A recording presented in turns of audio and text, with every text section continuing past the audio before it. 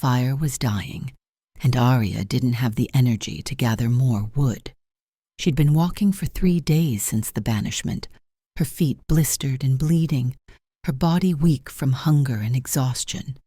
The thin cloak she'd been allowed to take provided little protection against the autumn cold, and she knew that if she didn't find shelter soon, she wouldn't survive another night.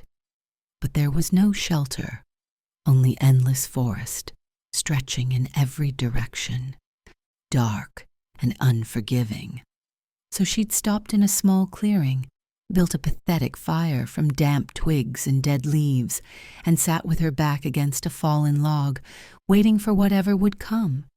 Wolves, probably, or bears, or simply the cold creeping into her bones until she fell asleep and never woke up. It seemed like a mercy compared to the life she'd left behind. Arya closed her eyes, remembering the rejection ceremony. She'd known it was coming. Everyone had known. From the moment she'd presented as an Omega at 16, it had been clear that something was wrong with her. She couldn't shift, couldn't feel the pack bonds, couldn't even sense other wolves unless they were standing directly in front of her. The pack healers had examined her, declared her defective, and her family had been shamed by association. Her parents had died when she was 12, killed in a territorial dispute with a neighboring pack. She remembered her father's last words to her mother, shouting for them to run, to take Arya and her younger sister Emma to safety. But her mother had refused to leave him, and they'd both fallen defending the border. After that, Arya and Emma had been raised by the pack out of obligation rather than love. The other wolves had tolerated them, but barely, especially after Arya's defect became obvious. Emma had been the lucky one. She'd presented as a normal Omega at 15, could shift perfectly, and had been matched with a beta from a neighboring pack. She'd moved away 2 years ago, and Arya hadn't heard from her since. Emma had made it clear she wanted nothing to do with a defective sister who would only damage her reputation in her new pack. When Arya turned 21, the minimum age for mating, her intended mate had publicly rejected her in front of the entire Silverpine pack. Garrett, a strong beta with good bloodlines, had looked at her with disgust and spoken the formal words, "I reject you, Arya, as my mate. You're broken. You're useless to this pack. You'll never bear strong pups. You're not worthy of the Silverpine name." The rejection hadn't hurt as much as it should have. Arya had never felt the mate bond with Garrett anyway, had never felt anything but a vague sense of obligation. But the banishment that followed had been brutal. She'd been given 1 hour to gather her belongings, forbidden from saying goodbye to anyone, and escorted to the territory border by armed guards who made it clear she'd be killed if she ever tried to return. So here she was, alone in the wilderness, waiting to die with nothing but a dying fire and the clothes on her back. The wind picked up, sending sparks from the fire spiraling into the darkness. Arya pulled her cloak tighter and tried to ignore the gnawing hunger in her stomach. She'd found some berries earlier, but they'd made her sick, and she'd learned the hard way that she didn't have the survival skills necessary for life outside a pack. She was going to die out here. It was only a question of how long it would take. A branch snapped somewhere in the darkness. Arya's eyes flew open, her heart suddenly racing. She stared into the shadows beyond the firelight, trying to see what was out there. Another snap, closer this time. Then the sound of paws on fallen leaves, soft and deliberate. They'd come for her. She didn't move, didn't try to run. There was no point. If it was a predator, she was too weak to fight or flee. If it was a Silverpine patrol come to make sure she truly left, she was already dead. She simply sat there watching the darkness and waited. The first wolf emerged from the trees slowly, cautiously, its golden eyes reflecting the firelight. It was huge, easily twice the size of a normal wolf, with dark gray fur and scars along its muzzle. A wild wolf, then, not a shifter. Arya had heard stories about the wild wolves that lived deep in the forest, descendants of ancient bloodlines that had never learned to take human form. They were supposed to be dangerous, territorial, and aggressive toward shifters. But this wolf wasn't attacking. It stood at the edge of the clearing, head lowered, watching her with an intensity that made her skin prickle. And then, to her shock, it took 3 steps forward and laid down right there between her and the forest, like it was guarding her. Arya stared, unable to process what she was seeing.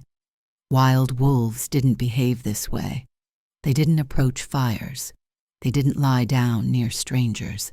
They certainly didn't position themselves as protectors. Before she could make sense of it, a second wolf appeared.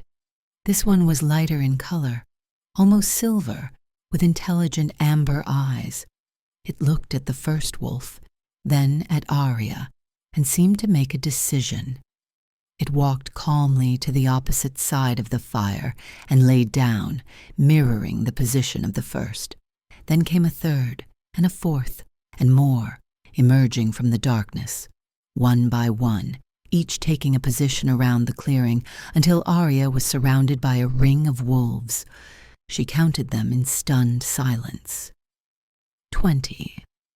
20 massive wild wolves, all lying in a protective circle around her fire, their eyes glowing in the darkness like stars. It should have been terrifying. It should have sent her scrambling for the nearest tree, screaming for help that would never come.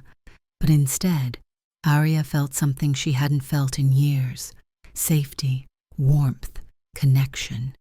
As if these wolves, these wild creatures that owed her nothing, had decided she was worth protecting. One of the wolves, a large male with a distinctive white patch on his chest, rose and padded toward her. Arya held her breath, her body frozen as he approached.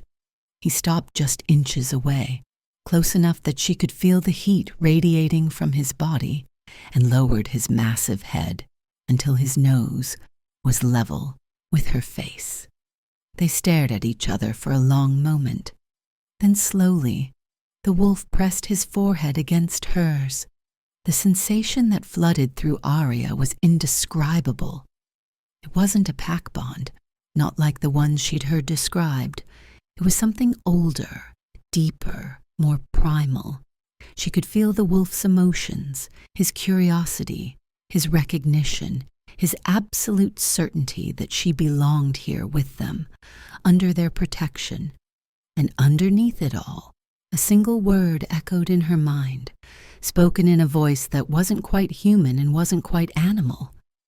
Sister. The wolf pulled back and returned to his position in the circle. The others settled in, some resting their heads on their paws, others keeping watch on the surrounding forest.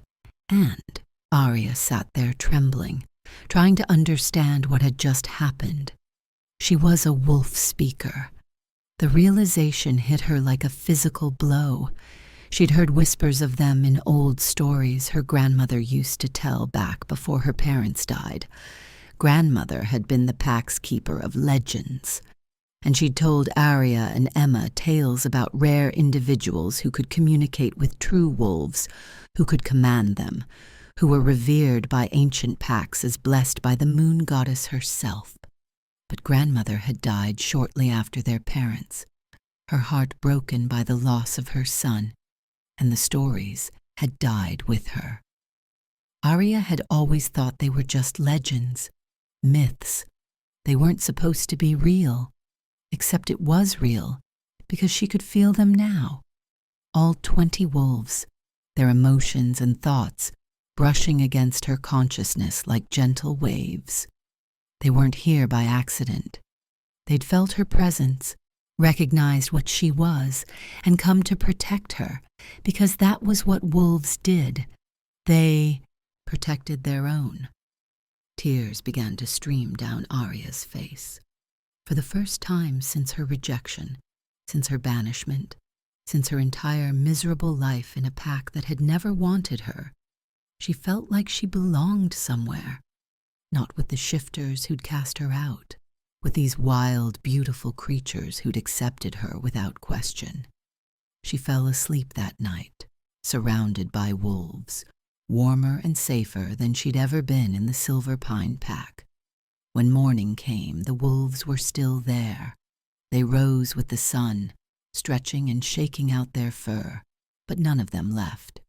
The large male with the white chest patch approached her again, and this time Arya reached out tentatively. Running her fingers through his thick fur, he leaned into the touch, a low rumble of contentment emanating from his chest. "Thank you," she whispered, "for staying, for protecting me." The wolf's amber eyes met hers, and she felt his response. Not words exactly, but meaning, intention. "You are pack. We stay." Over the following days, a routine developed. The wolves would hunt, bringing down deer and elk, and they'd share their kills with Arya, teaching her how to survive in the wilderness. She learned which plants were safe to eat, where to find fresh water, how to build a proper shelter. The wolves were patient teachers, showing her through actions and emotions rather than words, and Arya absorbed everything like a sponge. She named the large male with the white patch Storm because his presence felt like the calm before thunder. The silver female became Luna for her moon-colored fur. A scarred black wolf, who always took the night watch, she called Shadow. A russet-colored female who was constantly bringing her flowers and herbs became Sage. A young male with one torn ear, who was playful and energetic, became Dash. One by one, she came to know each member of her new pack. There was Frost, an older white wolf with wise blue eyes, who seemed to be the pack's elder. Ember, a rust-cold female with a fierce protective streak. River, a sleek gray male who loved water and often brought her fish from nearby streams. Thorn, a battle-card brown male who'd clearly seen violence but was surprisingly gentle. And more, each with their own personality, their own quirks, their own story written in scars and behavior. They weren't mindless beasts. They were individuals intelligent and complex with their own thoughts and feelings, and they loved her, not as a weak omega to be tolerated, but as family, as pack, as something precious that needed to be protected. 3 weeks passed in this way, and Arya grew stronger. Her feet healed, her body filled out from regular meals, her senses sharpened, and she found that being around the wolves was unlocking something inside her that had been dormant for years.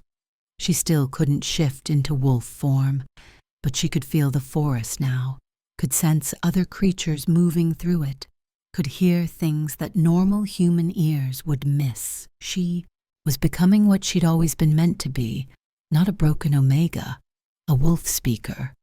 It was on a cold morning when frost covered the ground and her breath came out in white clouds that everything changed. Arya was sitting by the fire, Luna resting beside her when Storm suddenly stood, his body going rigid. The other wolves rose immediately, forming a defensive line between Arya and the southern edge of the clearing. Someone was coming. Arya stood slowly, her heart beginning to race. Through the bond with her wolves, she could feel their tension, their readiness to attack if needed. But underneath that, there was something else. Curiosity, recognition, as if whatever was approaching wasn't entirely a threat. A man emerged from the trees, tall and broad-shouldered, with dark hair and eyes that gleamed gold in the morning light. He was dressed in practical traveling clothes, and he moved with the easy grace of a predator. An alpha, Arya realized. She could feel the power radiating from him, even without a pack bond to confirm it. He stopped at the edge of the clearing, his gaze sweeping over the wolves before landing on Arya.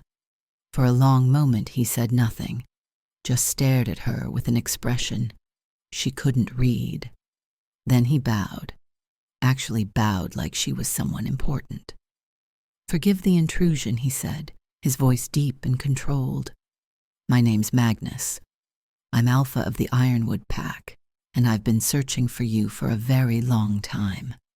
Arya processed his words carefully. A search that long meant he'd known what to look for. "You knew about wolf speakers," she said, not asking. "You knew one existed."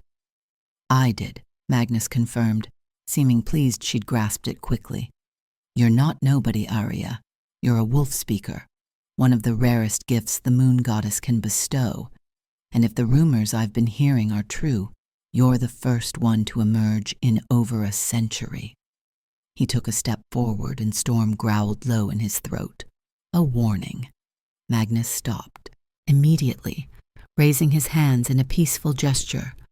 "I mean her no harm," he said, addressing the wolf directly. "I've come to offer protection and answers." Arya studied him carefully. He'd known about wolf speakers. He'd been searching. He'd shown respect to Storm. This wasn't random. "You said answers to what specifically?" "To why you couldn't shift, why you felt disconnected from your pack, why you were rejected."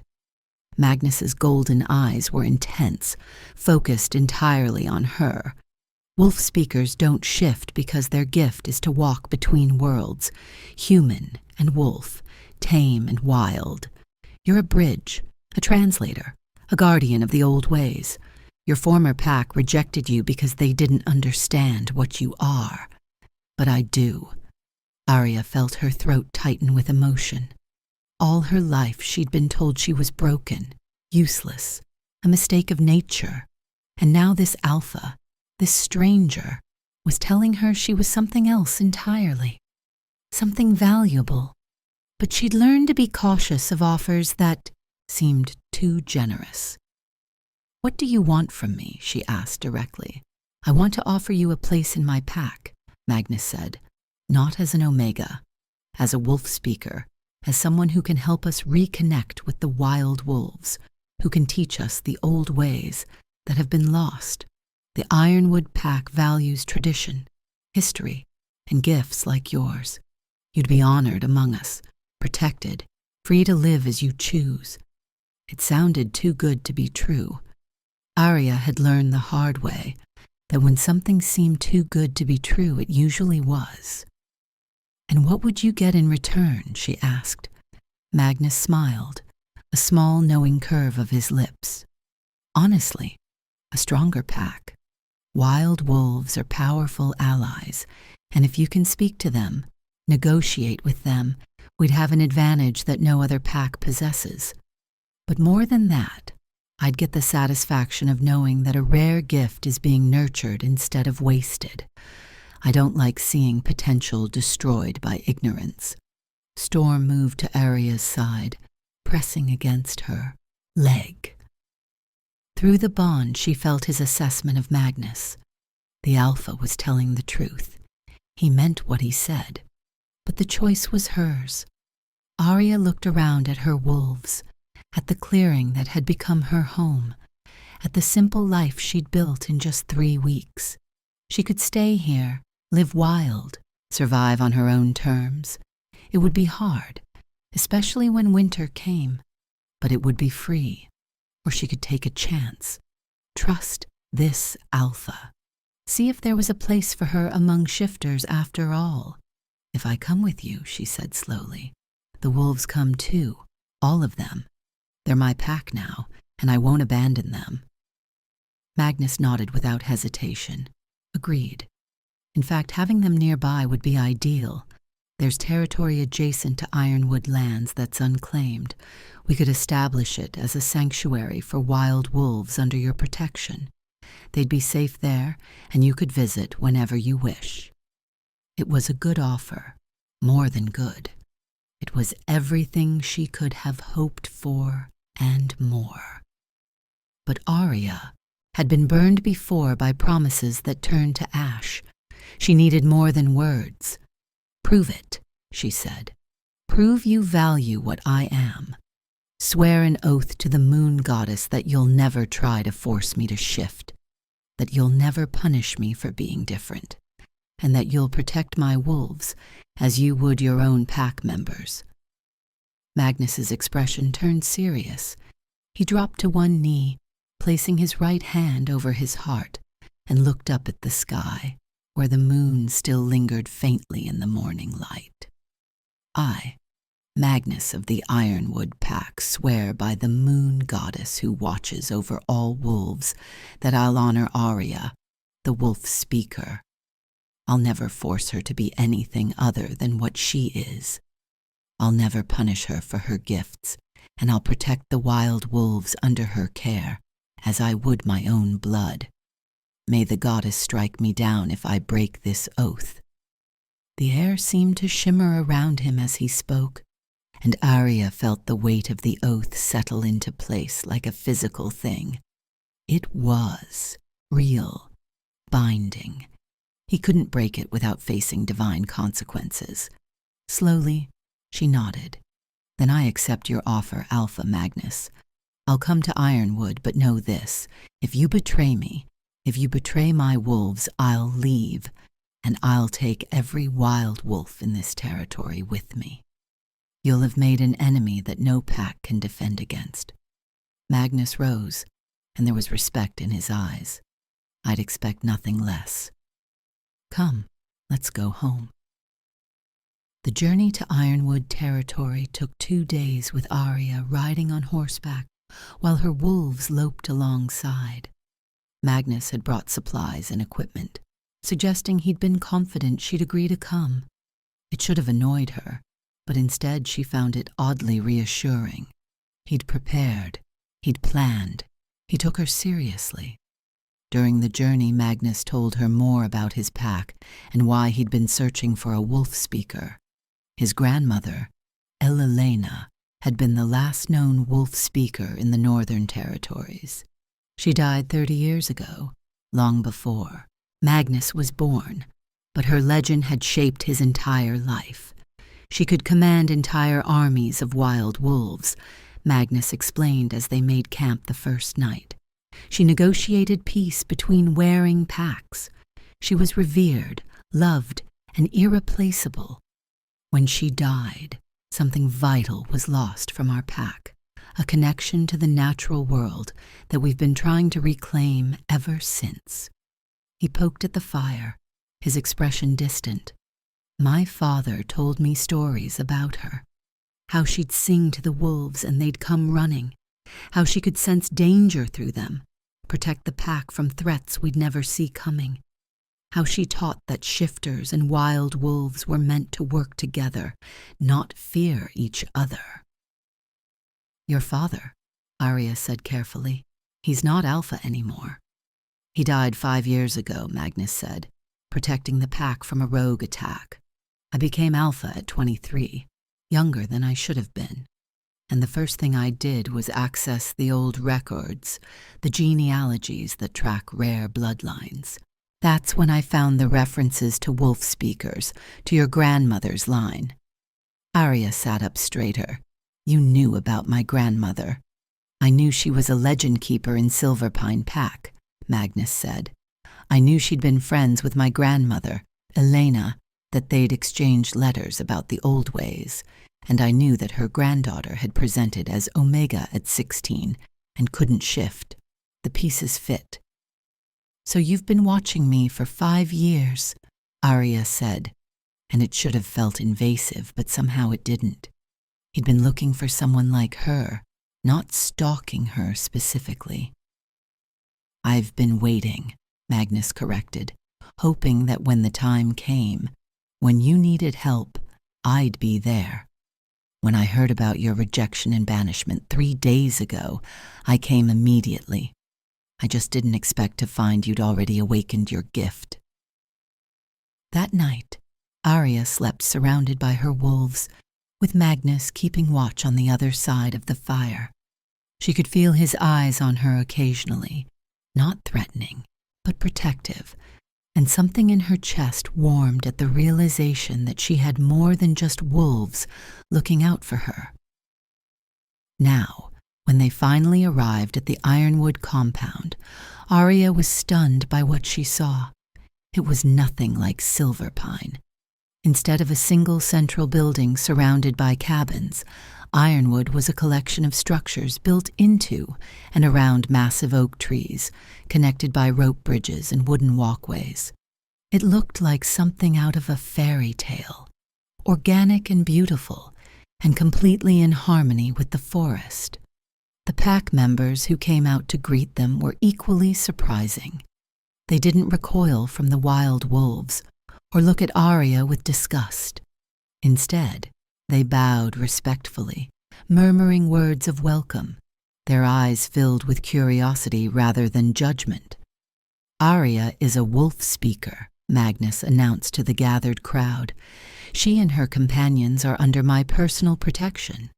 Anyone who disrespects her or harms her wolves will answer to me directly. Is that understood? A chorus of yes, Alpha, echoed through the clearing.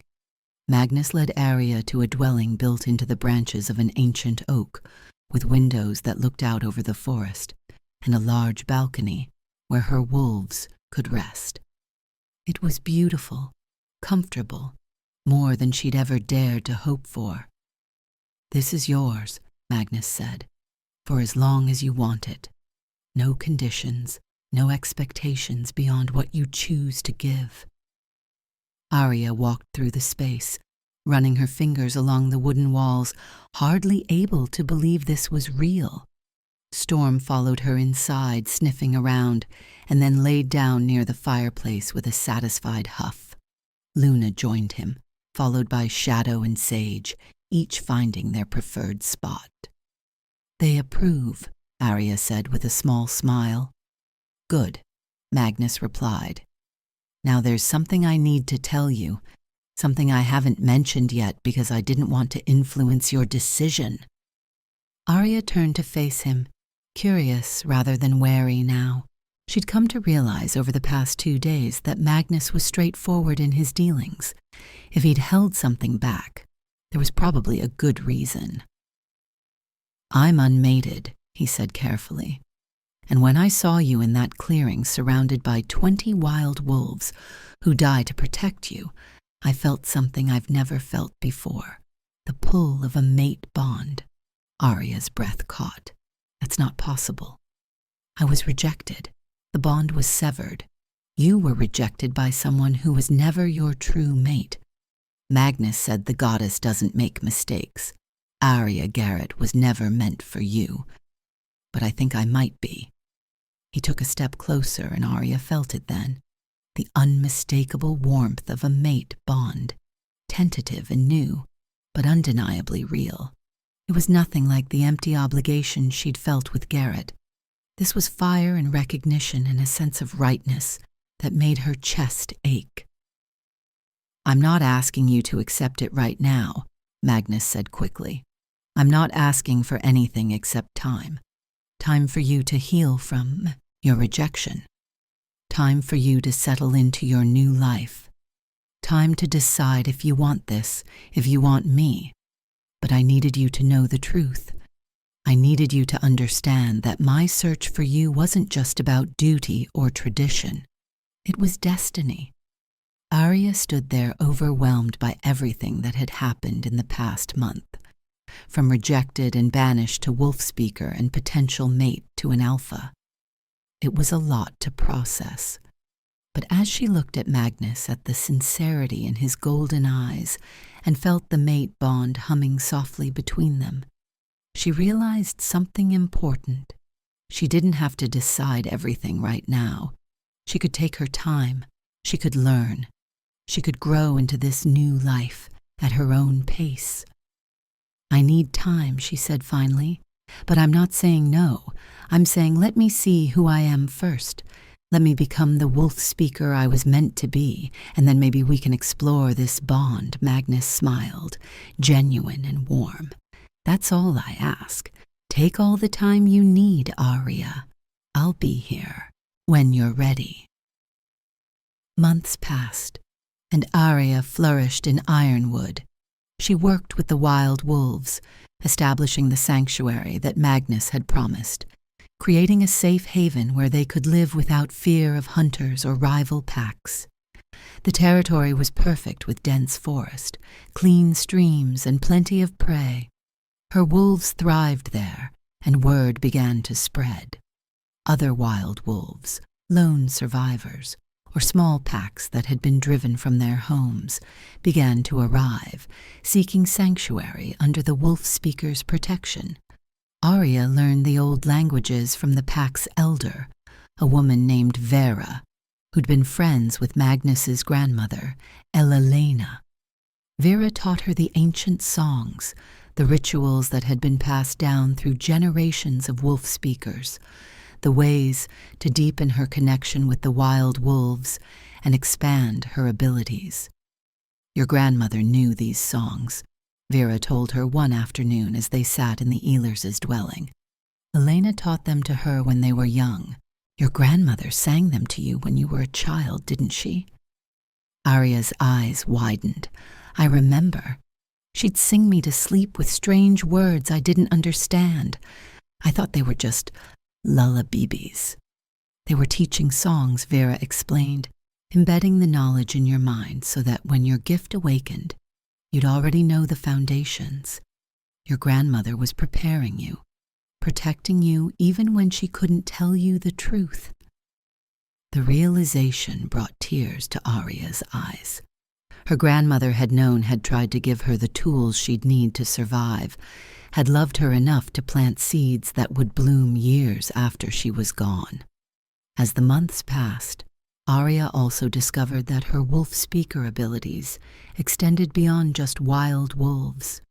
She could sense emotional wounds in shifters too, could feel when someone in the pack was struggling with trauma or grief or fear, and when she reached out with her gift, offering comfort through the same connection she used with her wolves, she could help them heal. She became a counselor of sorts, someone pack members would seek out when they needed someone who truly understood what they were feeling. Children who'd lost parents, warriors haunted by battles, omegas who felt powerless. She helped them all, and in helping them, she found her own purpose growing deeper and richer. And through it all, Magnus courted her, not with grand gestures or expensive gifts, but with patience and respect and genuine care. He brought her books about wolf speaker history that he'd found in distant archives. He trained with her so she'd know how to defend herself if her wolves weren't nearby. He spent hours simply talking with her about everything and nothing, sharing stories about his childhood, his fears as a young alpha, his dreams for the pack's future. He never pressured her, never demanded more than she was willing to give, never made her feel like she owed him anything for the sanctuary he'd provided. And slowly, carefully, Arya found herself falling in love. Not because of the mate bond, though she could feel it growing stronger between them, but because of who he was, a leader who valued tradition and innovation equally, a protector who extended his strength to the weakest members of his pack, a man who saw her gift as something beautiful rather than something broken, a partner who made her laugh, who challenged her thinking, who supported her growth without trying to control it. One evening, as winter approached and the first snow began to fall, Arya was in the sanctuary with her wolves when she felt the mate bond pulse with unusual intensity. She looked up to find Magnus standing at the edge of the clearing, watching her with an expression that made her heart race. "What's wrong, Faum?" she asked, moving toward him. "Nothing's wrong," he said softly. "I just realized it's been exactly 1 year since I found you by that fire. 1 year since 20 wolves laid down around you and changed everything."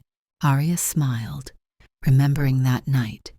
"It feels like a lifetime ago, like that scared, rejected Omega was a different person entirely. She was, Magnus agreed. You've become something extraordinary, Arya. And I wanted you to know that whether you ever accept the mate bond or not, whether you ever choose me or not, watching you grow into your power has been the greatest privilege of my life. Something in Arya's chest shifted. She'd been waiting, holding back, telling herself she needed more time. But standing here in the falling snow, surrounded by her wolves, looking at the man who'd searched for her, who'd protected her, who'd given her space to become herself, she realized the truth. She didn't need more time. She'd already made her choice. I'm ready, she said simply. Magnus's eyes widened. Are you certain? I'm certain, Arya said, moving closer to him. I want this. I want you. I want to be your mate, your partner, your equal. Not because destiny demands it, but because I choose it. Because you've shown me what it means to be truly valued. Because I love you. Magnus crossed the distance between them in 3 strides and pulled her into his arms, kissing her with all the pent-up longing of a year spent waiting. When they finally broke apart, both breathing hard, he rested his forehead against hers. I love you, Arya, he said roughly. Not the wolf speaker. Not the gift. You, the woman who survived rejection and banishment and came out stronger. The woman who built a family from wild wolves and refused to let the world break her.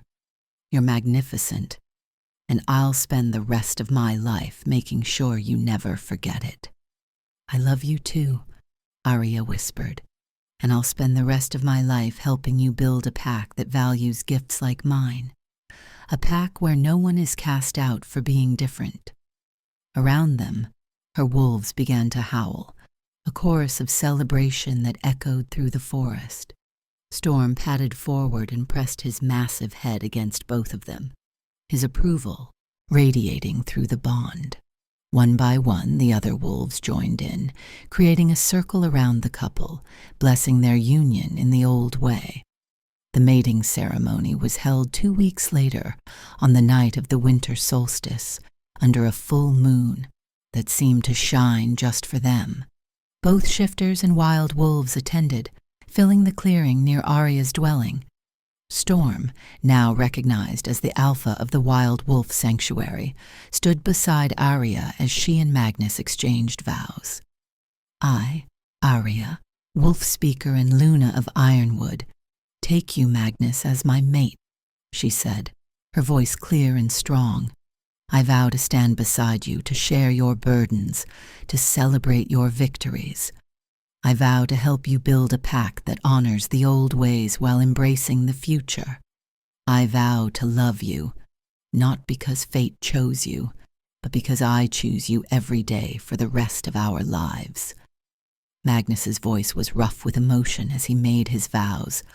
I, Magnus, Alpha of Ironwood, take you, Arya, as my mate.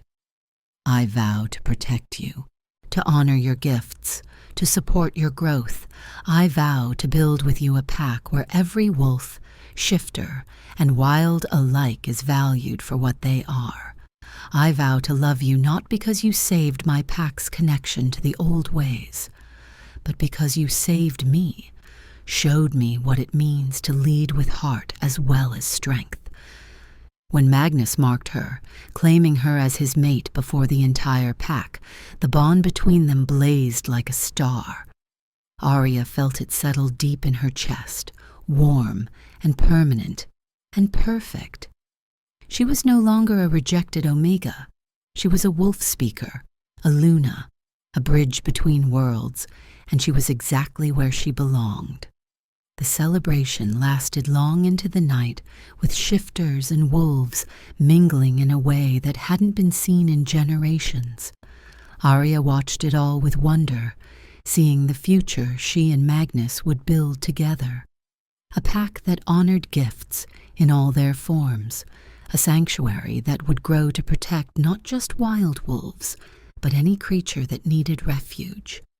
A legacy that would last long after they were gone. As the party wound down and wolves began to drift home, Magnus pulled Arya close, his arms wrapped around her from behind as they watched the last of the fire die down. "Happy," he murmured against her hair. "Happier than I ever imagined possible," Arya replied honestly. "A year ago, I was dying by a fire, certain my life was over. Now I have a mate, a pack, a purpose, everything I never knew I wanted. The goddess works in mysterious ways," Magnus said. "Garrett rejecting you was the worst thing that ever happened to you. But it was also the best thing because it led you here to your wolves, to your gift, to me." Arya turned in his arms to face him. "I used to think being different was a curse, that not being able to shift made me broken. But now I understand. I wasn't meant to be like everyone else. I was meant to be something more, something that bridges the gap between wild and tame, past and future." "You are more," Magnus agreed, kissing her, softly. "And I'm going to spend every day of our lives making sure you know it." Years later, when young wolves would come to Luna Arya seeking guidance, feeling broken or different or alone, she'd take them to the sanctuary. She'd show them Storm and Luna and Shadow and all the other wolves who'd found refuge there. She'd tell them her story, holding nothing back, the rejection, the banishment, the night she'd been certain she was going to die.